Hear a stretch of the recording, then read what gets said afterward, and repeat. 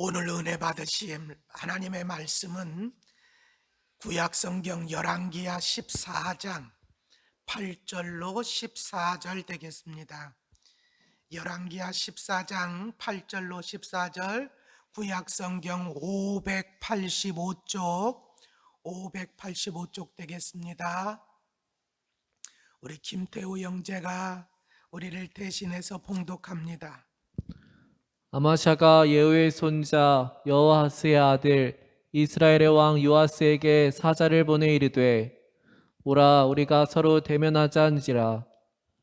이스라엘의 왕 요아스가 유다의 왕 아마샤에게 사람을 보내 이르되, 레바논 가시나무가 레바논 백향목에게 전가를 보내어 이르기를, 내 딸을 내 아들에게 주어 아내로 삼게 하라 하였더니, 레바논 들짐승이 지나가다가 그 가시나무를 짓밟았느니라.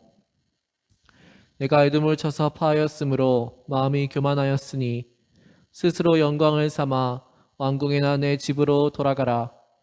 어찌하여 화를 자취하여 너와 유다가 함께 망하고자 하느냐 하나. 아마샤가 듣지 아니하므로 이스라엘의 왕 요아스가 올라와서 그와 유다의 왕 아마샤가 유다의 벳세메스에서 대면하였더니, 유다가 이스라엘 앞에서 패하여 각기 장막으로 도망한지라. 이스라엘 왕 요아스가 벳세메스에서 아하시아의 손자 요아스의 아들 유다 왕 아마샤를 사로잡고 예루살렘에 이르러 예루살렘 성벽을 에브라임 문에서부터 성 모퉁이 문까지 400규빗을 얼고, 또 여호와의 성전과 왕궁 곳간에 있는 금, 은과 모든 기명을 탈취하고 또 사람을 볼모로 잡고서 사마리아로 돌아갔더라. 아멘. 할렐루야. 오늘도 우리 하나님의 크신 은혜가 예배에 참석하신 성도 여러분들을 위해 충만하시기를 축원드립니다. 자, 오늘은 지난주에 이어서 유다 왕 아마샤의 성공의 원인, 거기에 이어서 이제는 실패 원인에 대해서 살펴보려고 합니다. 자, 우리가 이것을 잘 살펴보기 위해서 우리가 본문은 열왕기하 14장을 읽었잖아요. 근데 여기엔 너무나도 간단하게 나와 있고, 그래도 이거보다 조금 풀어서 쓴 것이 역대하 25장이에요. 그래서 제가 열왕기하고 역대하고 서로 같이 왔다 갔다 하면서 이제 살펴보게 될 건데요.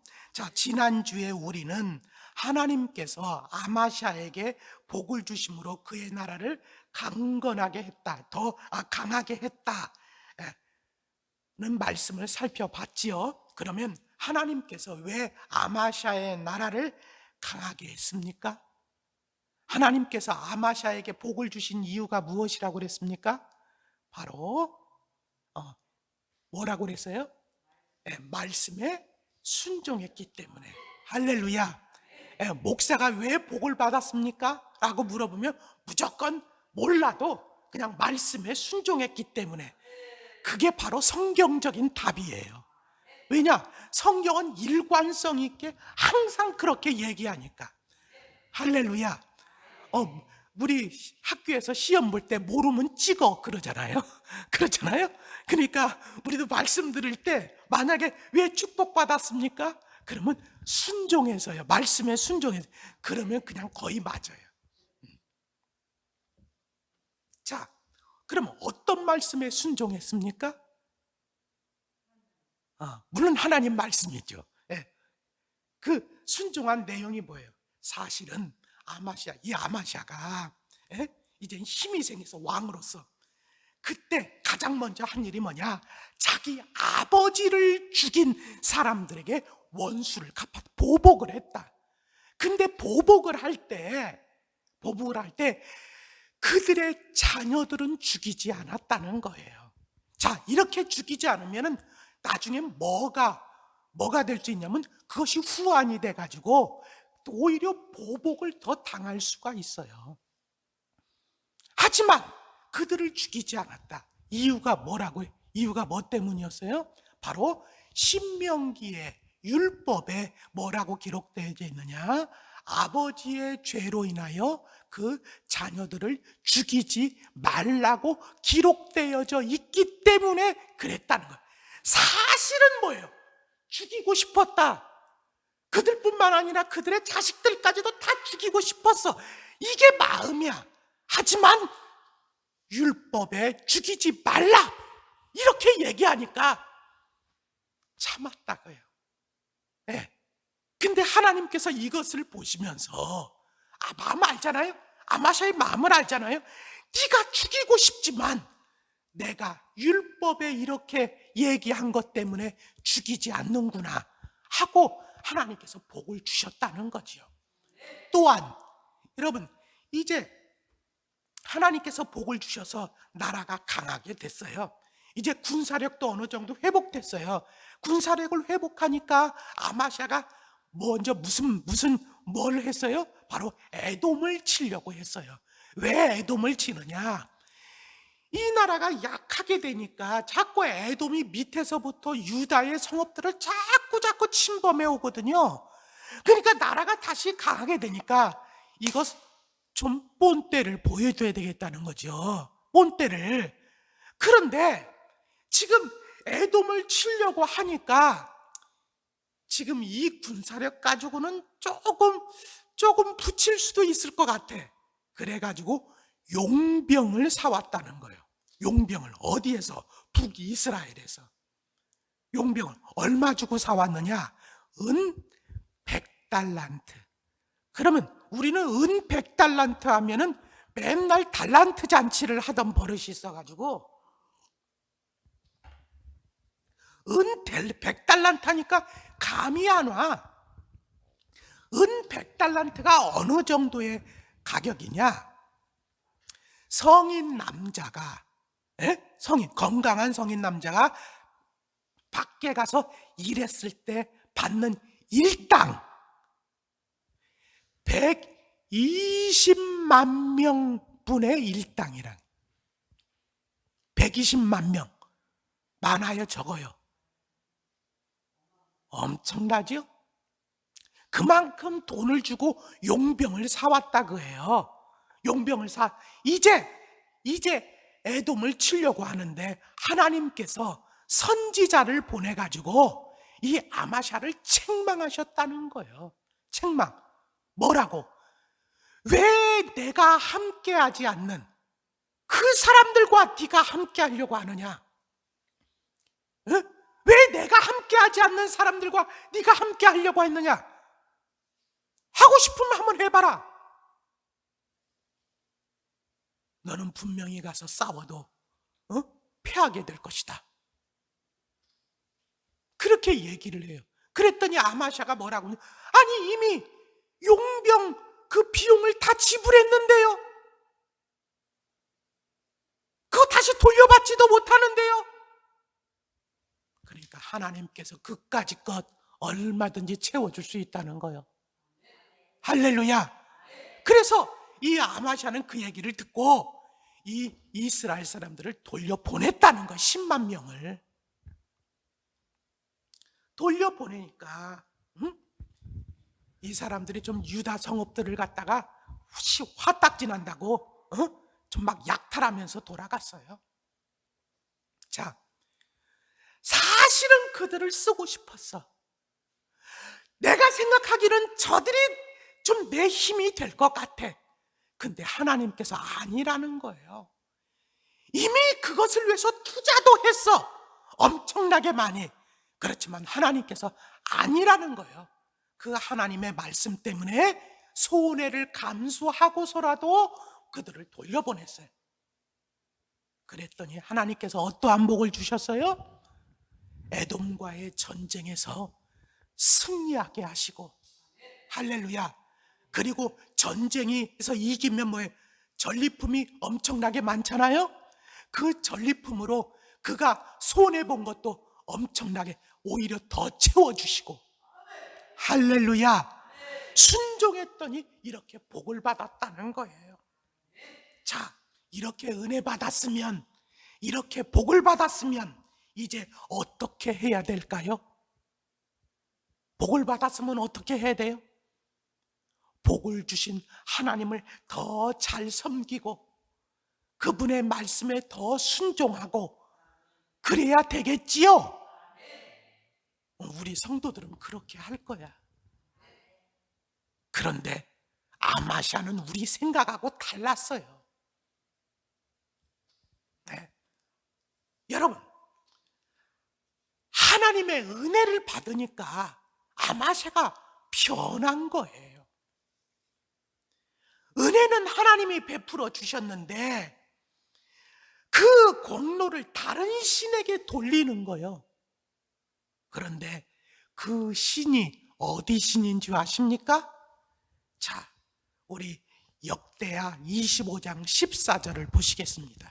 역대하 25장 14절 다 같이 읽어요. 시작. 아마샤가 에돔 사람들을 죽이고 돌아올 때에 세 자손의 신들을 가져와서 자기의 신으로 세우고 그것들 앞에 경배하며 분향한지라. 여기서 세일 자손의 신들을 가져왔다고 하는데 이 세일 자손의 신들이라는 것은 뭐냐면 에돔 사람들의 신이라는 얘기예요. 에돔 사람들이 어디에 사느냐? 세일산을 중심으로 해서 살아요. 다시 말하면 자기가 전쟁에서 패배시킨 그 나라의 신을 가지고 와서 지금 뭐냐면 그 나라의 신이 자기를 이기게 해주었다고 지금 섬기고 경배하고 분향하고 이러는 거예요.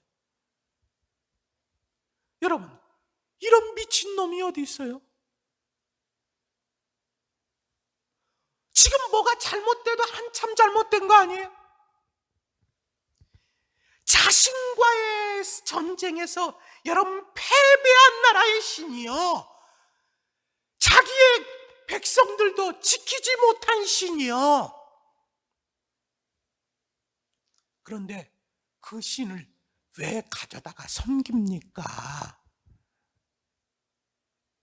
이런 모습을 보면 하나님이 자존심이 얼마나 상하겠어요. 그렇잖아요? 여러분이라면 열 받겠어요? 안 받겠어요? 여러분도 열 받았겠어요? 예? 하나님 엄청나게 열 받는 거예요. 여러분 한번 생각해 보세요. 나를 버리고 떠난 여인, 예? 혹은 나를 버리고 떠난 남자. 여러분, 이 사람이 가서 다른 여자, 다른 남자를 만났어. 궁금해. 도대체 얼마나 잘난 여자, 잘난 남자기에 나를 버리고 떠났는지. 근데 가서 보니까 나보다 훨씬 못생겼어. 나보다 능력도 없어. 응? 나보다 가진 것도 없어. 뭐 나보다 내세울 만한 것이 아무것도 없어. 여러분, 그러면요 얼마나 자존심이 상하는 겁니까? 하나님도 마찬가지더라고요. 하나님도. 그래서 선지자를 보내가지고 그 죄를 지적을 했어요. 뭐라고 지적하는 줄 아십니까? 역대하 25장 15절로 16절 같이 읽겠습니다. 시작. 그러므로 여호와께서 아마샤에게 진노하사 한 선지자를 그에게 보내시니 그가 이르되 저 백성의 신들이 그들의 백성을 왕의 손에서 능히 구원하지 못하였거늘 왕은 어찌하여 그 신들에게 구하나이까 하며, 선지자가 아직 그에게 말할 때에 왕이 그에게 이르되 우리가 너를 왕의 모사로 삼았느냐 그치라 어찌하여 맞으려 하느냐 하니. 네. 선지자가 와가지고 뭐라고 얘기하냐면, 아니, 아무리 그래도 그렇지, 아니 겨우 섬긴다고 하는 것이 뭐냐면은 저 백성의 신들이 그들의 백성을 왕의 손에서 능히 구원하지도 못했는데 왕은 어찌하여 그 신들을 섬깁니까? 어? 그게 말이 됩니까 이게? 그랬더니 아마샤가 그 선지자에게 뭐라고 얘기했다고요?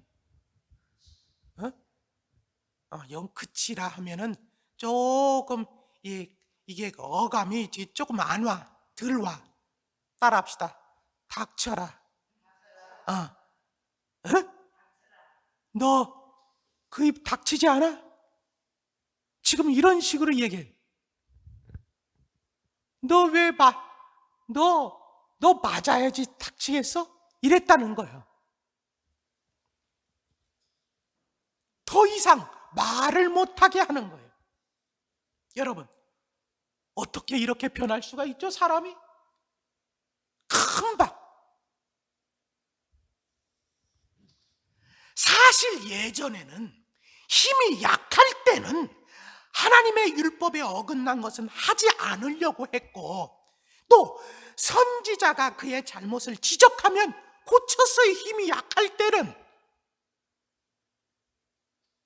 그런데 자기의 힘이 세다고 생각하는 순간 승리하고 나서 그가 어떻게 됐습니까? 변했다는 거예요. 교만해졌다는 거예요. 이제는 선지자의 말을 더 이상 듣지 않아요. 다시 말하면 하나님의 도움이 없이도 된다는 얘기지. 내 힘으로 할 수 있다는 거예요. 내 힘으로. 오히려 겁을 줍니다.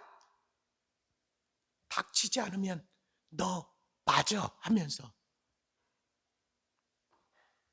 순간 선지자가 이런 아마샤를 보면서 깨달은 것이 있다는 거예요. 그게 바로 뭡니까? 25장 16절 시작. 선지자가 그치며 이르되 왕이 이 일을 행하고 나의 경고를 듣지 아니하니 하나님이 왕을 멸하시기로 작정하신 줄 아노라 하였더라.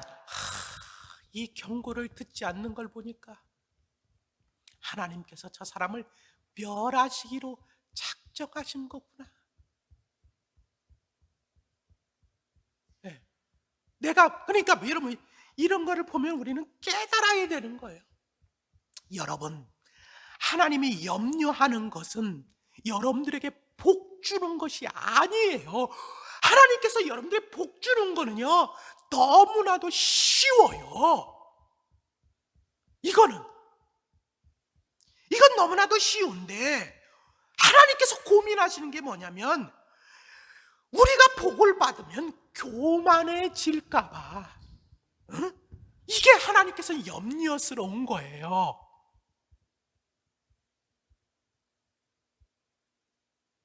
여러분, 한 푼도 없을 때 막 그럴 때는 막 괜히 마음도 위축해지고 막 괜히 더 추워. 그쵸? 더 배고프고. 근데요, 조금 생기면 괜히 추운 것도 덜 추운 것 같아. 덜 입어도. 배도 덜 고픈 것 같고 괜히 어깨에 힘들어가고 말이죠.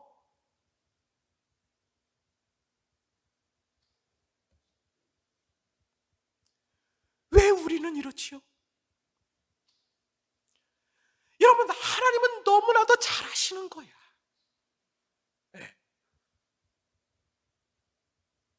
그래서 우리가 가난해도 힘들어도 이게 다가 아니다.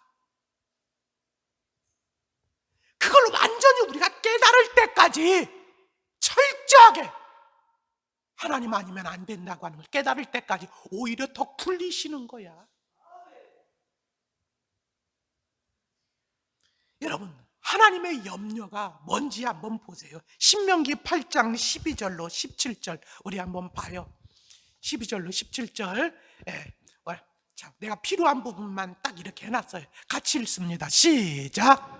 내가 먹어서 배부르고 아름다운 집을 짓고 거주하게 되며 또 내 소와 양이 번성하며 내 은금이 증식되며 내 소유가 다 풍부하게 될 때에 내 마음이 교만하여 내 하나님 여호와를 잊어버릴까 염려하노라. 내가 마음에 이르기를 내 능력과 내 손의 힘으로 내가 이 재물을 얻었다 말할 것이라. 예, 그렇잖아요. 하나님이 저게 걱정이네, 저게 고민이요. 저게 고민, 복 주는 게 고민이 아니라 저게 고민이라고요. 복을 받으면, 풍부하게 되면 마음이 변하는 거야. 그리고 은혜 베풀어 주시는 하나님을 잊어버려. 마치 자기가 다 한 것처럼. 없을 때는 그냥 하나님 도와주세요, 하나님 도와주세요, 함께 해주세요, 하나님 아니면 저는 망해요, 큰날. 도와주고 나면 언제 하나님이 도와주지 하는 것처럼, 마치 내가 한 것처럼, 내 능력으로 한 것처럼. 하나님이 이걸 너무나도 잘 아시는 거예요. 그런데 이렇게 하였을 때 결과는 무엇입니까? 신명기 8장 19절 20절 같이 시작. 내가 만일 내 하나님 여호와를 잊어버리고 다른 신들을 따라 그들을 섬기며 그들에게 절하면 내가 너희에게 증거하노니 너희가 반드시 멸망할 것이라. 여호와께서 너희 앞에서 멸망시키신 민족들 같이 너희도 멸망하리니 이는 너희가 너희의 하나님 여호와의 소리를 청정하지 아니함이니라. 네, 반드시 어떻게 된다고요? 멸망한다. 교만하면 반드시 멸망하는 거예요. 믿습니까? 교만하면. 여러분, 잠언서 16장 18절에 이렇게 얘기하고 있습니다. 잠언서 16장 18절 시작. 교만은 패망의 선봉이요 거만한 마음은 넘어짐의 앞잡이니라. 예, 선봉, 앞잡이. 맨 앞에 가자는, 맨 앞에. 그죠? 예. 그게 먼저 온다는 거예요. 그렇다면 우리는 먼저 이런 마음이 생기고 이런 걸 보면 우리는 뒤에, 아하, 이제 뒤따라서 그것도 오겠구나 하고 깨달아야 돼. 할렐루야. 그게 바로 뭐라고요? 자, 패망의 선봉이 뭐예요? 교만.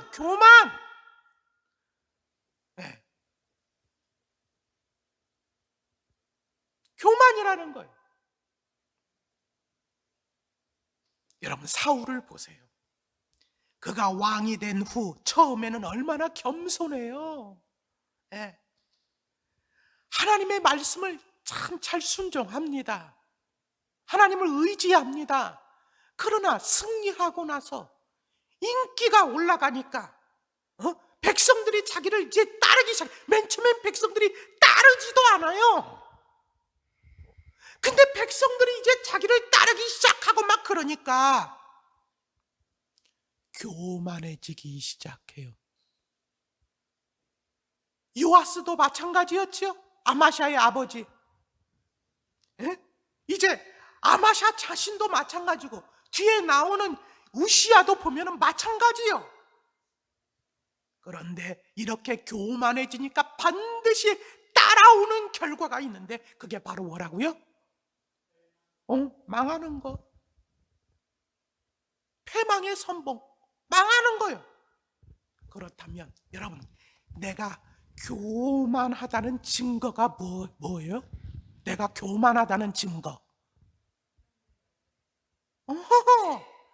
교만의 증거는 바로 말씀을 듣지 않는 거예요. 왕이 하나님의 말씀을 청종하지 않는 것을 보면서 아하, 교만해졌구나. 이제는 하나님께서 멸하시겠구나. 이렇게 깨달았다는 거 아니에요, 선지자가? 그렇잖아요. 그러니까 우리도 이것을 보면서 분명히 깨달을 수 있는 게 뭐예요? 바로 하나님의 말씀을 듣지 않는. 근데 성경을 딱 보니까 여러분, 사울 보세요. 사무엘의 말을 안 듣잖아요. 하나님의 말씀을 안 듣잖아요.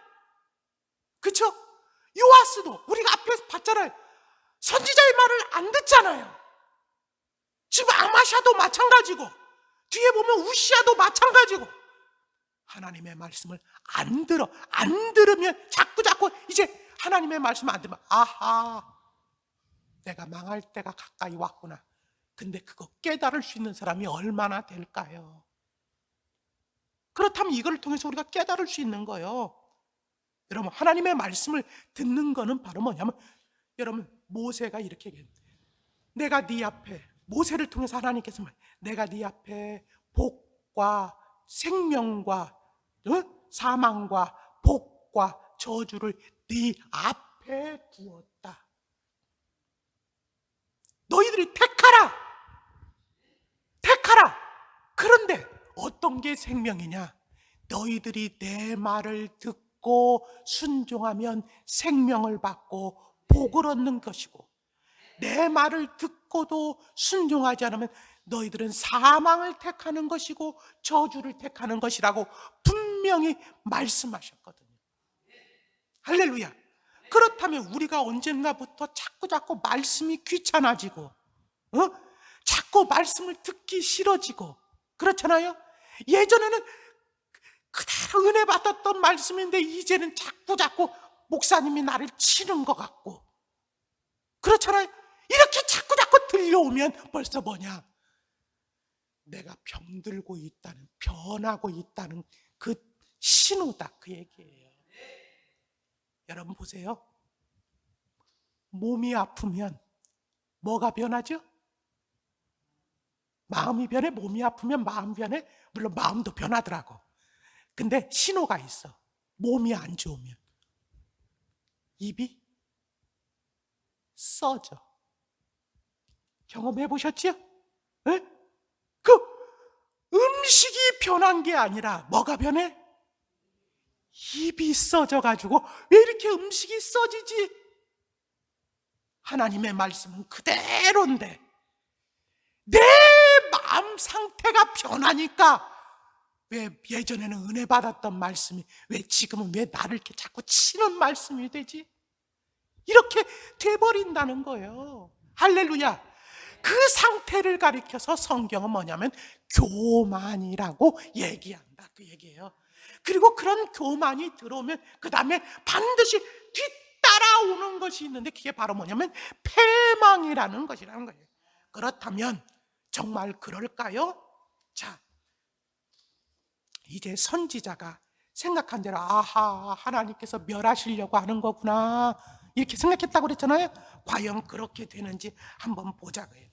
결국 이 교만은, 자, 이 아마샤의 교만은 뭐로 나타나느냐? 북이스라엘을 이제 선전포고하는 거로 나타납니다. 북이스라엘에. 자, 왜 선전포고를 하느냐? 겉으로 나타난 것은 바로 뭐냐? 겉으로 나타난 것은 북이스라엘 사람들이 용병으로 왔다가 돌아가면서 그냥 돌아가는 게 아니라 화딱지 난다고 자꾸 남유다의 그 성읍들을 갖다가 전부 다 짓밟고 지나갔단 말이에요. 그러니까 이제 전쟁 끝나면 이제 뭐예요? 예? 전쟁도 끝났고 이거 복수해야 되겠다는 거죠. 그래가지고 아예 이제는 기고만장해가지고 에돔 같은 거 다 이겨버렸으니까 얼마든지 붙을 수 있다는 거죠.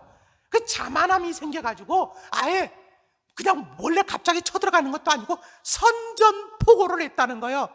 사신을 보내가지고. 근데 이렇게 하게 된 이유가 뭐냐? 이렇게 선전포고하게 된 이유가 성경은 이렇게 말씀하고 있습니다. 25장 17절 시작. 아마샤가 상의하고 예후의 손자 여호아하스의 아들 이스라엘 왕 요아스에게 사신을 보내어 이르되 오라 서로 대면하자 한지라. 네. 왜 북이스라엘을 치게 됐느냐? 상의하고. 아마샤가 상의하고. 누구랑 상의했을까요? 신하들하고 상의했겠지. 그죠? 신하들하고 신복들하고. 그런데 여러분, 이 상의하기가 다른 말로 하면은 원어상 무슨 뜻이냐? 충고를 받고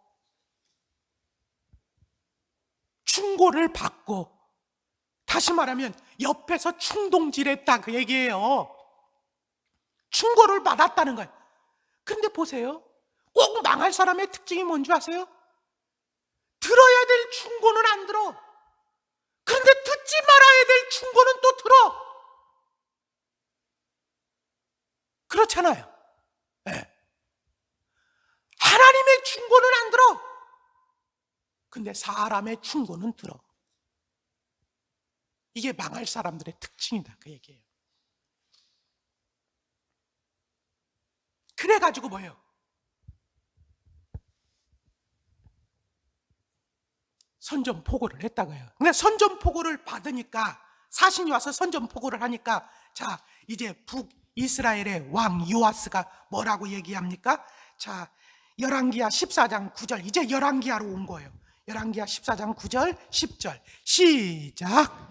이스라엘의 왕 요아스가 유다의 왕 아마샤에게 사람을 보내 이르되 레바논 가시나무가 레바논 백향목에게 전가를 보내어 이르기를 내 딸을 내 아들에게 주어 아내로 삼게 하라 하였더니 레바논 들짐승이 지나가다가 그 가시나무를 짓밟았느니라.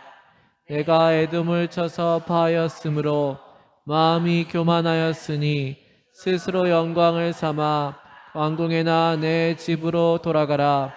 어찌하여 화를 자취하여 너와 유다가 함께 망하고자 하느냐. 예, 여기서 가시나무는 뭐냐? 가시나무, 한마디로 말해서 아무 쓸데없는 나무, 쓸모없는 나무, 가시나무. 예? 그냥 이건 너무나도 많아요. 그래서 이게 얼마나 이게 다른 나무 자라는 것도 방해하고요, 농사 짓는 것도 방해하고, 이거는 아주 골칫거리, 아무 쓸모없는 거예요. 근데 레바논에 여기 보니까 백향목이라, 레바논 백향목, 이거는요, 이거는 너무나도 귀한 나무, 건축할 때 아주 이건 귀 쓰이는 나무, 쓸모가 아주 많은 거. 다시 말하면 자기는 뭐예요? 쓸모가 많은 나무고, 너는 뭐예요? 아무 쓸모도 없는 놈이라는 얘기지. 쓸모없는 게 지금 뭐예요? 와가지고 뭐라고 하는 거예요? 내 딸을, 네 딸을 내 아들에게 주어 아내로 삼게 하라. 한마디로 뭐예요? 개소리 한다, 그 얘기예요. 쉽게 하면 내가 쉽게 내 쉽게 풀어 말씀드리는 거예요.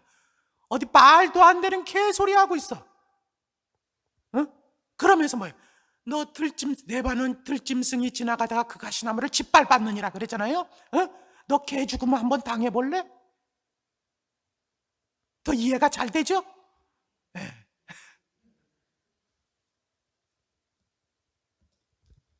그러면서 뭐냐?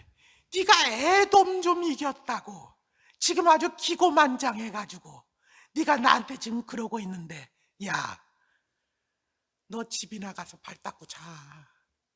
어디서 지금 아주 망하려고 아주 지금 그따위 짓을 하고 있어?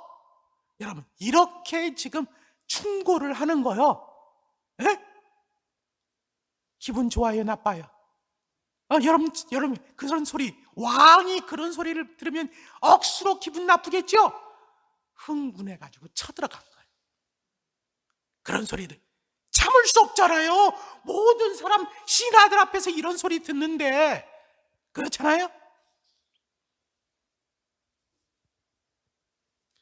근데 이렇게 듣지 않은 게 이유가 뭐냐? 자, 이거 보세요. 20절. 자, 역대하 25장 20절 시작.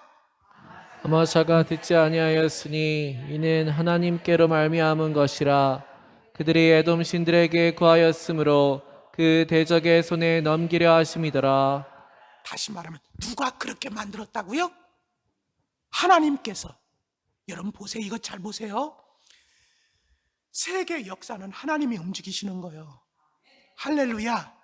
우리의 모든 일생도 하나님이 움직이시는 거예요. 주관하시는 거예요. 그런데 여러분들이 하나님의 말씀을 들으려고 하면 하나님께서는 자꾸 여러분들에게 하나님의 말씀이 들려지도록 역사하시는 거예요.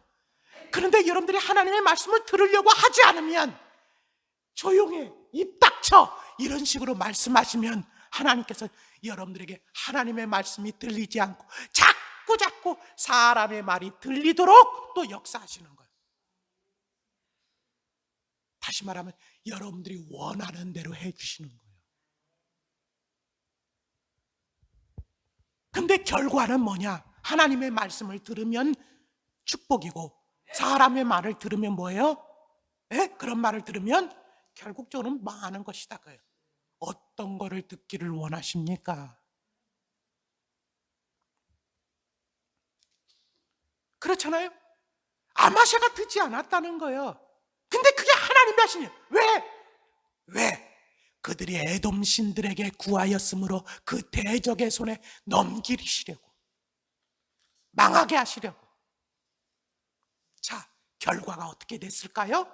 자, 열왕기하 14장 11절로 14절 시작. 듣지 아니하므로 이스라엘의 왕 요아스가 올라와서 그와 유다의 왕 아마샤가 유다의 베스메스에서 대면하였더니 유다가 이스라엘 앞에서 패하여 각기 장막으로 도망한지라. 이스라엘 왕 요아스가 베스메스에서 아하시아의 손자 요아스의 아들 유다 왕 아마샤를 사로잡고 예루살렘에 이르러 예루살렘 성벽을 에브라임 문에서부터 성 모퉁이 문까지 400규빗을 얼고 그 다음에 14절 시작. 또 여호와의 성전과 왕궁 곳간에 있는 금, 은과 모든 기명을 탈취하고 또 사람을 볼모로 잡고서 사마리아로 돌아갔더라. 자, 이게 결과예요. 결과가 어떻게 됐어요? 완전히 풍지박산 났어요. 여러분, 하나님이 작정하셨는데 지가 무슨 수로 돼? 하나님이 작정하셨는데 이 싸움에서 아마샤는 포로가 돼서 끌려갔고, 포로가 돼서 끌려간 정도가 아니라 아예 저기서 베스메스에서 붙었잖아요. 에? 근데 아예 예루살렘에 와가지고 예루살렘 성벽을 갖다가 한 180m 정도 헐어버렸대.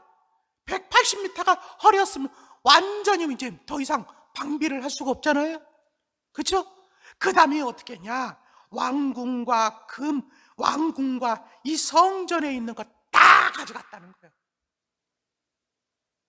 에돔과 이 전쟁에서 이겨가지고 전리품들 다 갖다 놓은 거, 오히려 모든 것을 다 빼앗긴 거예요. 완전히 거덜낸 거예요.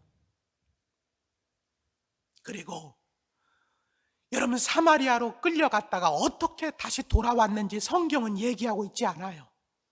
근데 돌아왔어. 근데 돌아왔는데 그 다음에 어떤 일이 있었느냐? 자, 열왕기하 14장 19절로 20절 시작. 예루살렘에서 무리가 그를 반역한 고로 그가 라기스로 도망하였더니 반역한 무리가 사람을 라기스로 따라보내 그가 그를 거기서 죽이게 하고 그 시체를 말에 실어다가 예루살렘에서 그의 조상들과 함께 다윗성에 장사하니라. 네, 이렇게 됐다는 거야. 이렇게 어떻게 돌아왔는지 몰랐지만 돌아오니까 반란이 일어나. 반란이. 그래가지고 다시 라기스로 도망을 갔는데, 라기스라는 곳으로 도망을 갔는데 사람들을 보내가지고 죽였다는 거죠. 끝까지 쫓아가서. 그리고 결국적으로 시신으로 돌아와서 다윗성에 장사됐다는 거 아니에요? 여러분, 이 모습이 누구의 모습하고 같냐? 자기 아버지 요아스가 죽는 모습하고 똑같아. 네. 아버지하고 똑같아. 그러면 이제 아마샤의 이야기를 마무리하면서 우리가 깨달을 수 있는 것이 무엇냐는 거예요. 여러분, 아마샤가 축복을 받은 이유는 뭐라고 했어요? 바로 하나님의 말씀을 들었기 때문에. 하나님의 말씀을 여기서 듣는 것은 물론 귀로만 듣는 거 아니에요. 귀로 듣고 그대로 했다, 그 얘기. 순종했다, 그 얘기. 그러면 반대로 아마샤가 이렇게 비참한 최후를 맞이하게 된 이유가 무엇입니까? 하나님의 말씀을 듣지 않았다는 거예요. 오히려 말도 못하게 만들어 버렸잖아요. 닥치라고. 이것이 성경의 일관적인 주장입니다. 변치도 않아요. 그렇다면 여러분, 여러분들이 힘들다면 여러분들이 힘든 이유는 무엇입니까? 혹시나 하나님의 말씀에 순종하지 않았기 때문은 아닌가요? 어쩌면 이제는 하나님이 도와주지 않아도 내 힘으로 할 수 있다는 그런 자만심 때문에 이제는 하나님의 말씀을 거부하고 있는 것은 아니냐는 거예요. 사무엘상 2장 30절은 우리에게 이렇게 말씀하고 있습니다. 사무엘상 2장 30절 같이 읽습니다. 시작. 나 여호와가 말하노니 결단코 그렇게 하지 아니하리라. 나를 존중히 여기는 자를 내가 존중히 여기고 나를 멸시하는 자를 내가 경멸하리라. 예전에는 내가 너를 축복한다고 말씀해 주셨는데 이제는 내가 결단코 그러지 않겠다는 거예요. 그 이유가 뭐냐? 이제 하나님이 그런 거예요. 나도 나를 존중히 여기는 자를 내가 존중히 여길 거예요. 그럼 나를 멸시하는 자는 내가 경멸할 거예요. 하나님의 심정이 여러분 느껴지십니까? 여러분, 어떻게 하나님을 존중히 여길 수 있을까요? 하나님을 존중히 여긴다는 것은 무슨 뜻일까요? 바로 하나님의 말씀을 듣고 순종하는 것, 그게 바로 하나님을 존중히 여기는 것이고, 우리가 하나님을 그렇게 존중히 여길 때 하나님은 우리를 존중히 여겨서 여러분 우리의 간구를 들어주시고 여러분 우리를 축복하신다는 거예요. 이런 역사가 여러분 모두에게 있기를 주님의 이름으로 축원드립니다. 기도하겠습니다. 전능하시고 자비로우신 하나님 아버지, 하나님께서 우리에게 은혜를 주셨을 때 내가 잘나서 잘된 줄로 착각하지 말게 하시고 겸손하게 하여 주옵소서. 잘 될 때 더욱더 말씀에 순종하게 하옵소서. 예배에도 봉사에도 드림에도 더 열심히 하게 하옵소서. 특별히 주의 종을 통해서 주시는 말씀에 순종하게 하시고 말씀 앞에 목이 곧은 자가 되지 말게 하옵소서. 이 시간 드려진 귀한 예물을 봉헌합니다. 주님 기뻐 받아 주시옵소서. 예수님의 이름으로 간절히 기도하옵나이다. 아멘.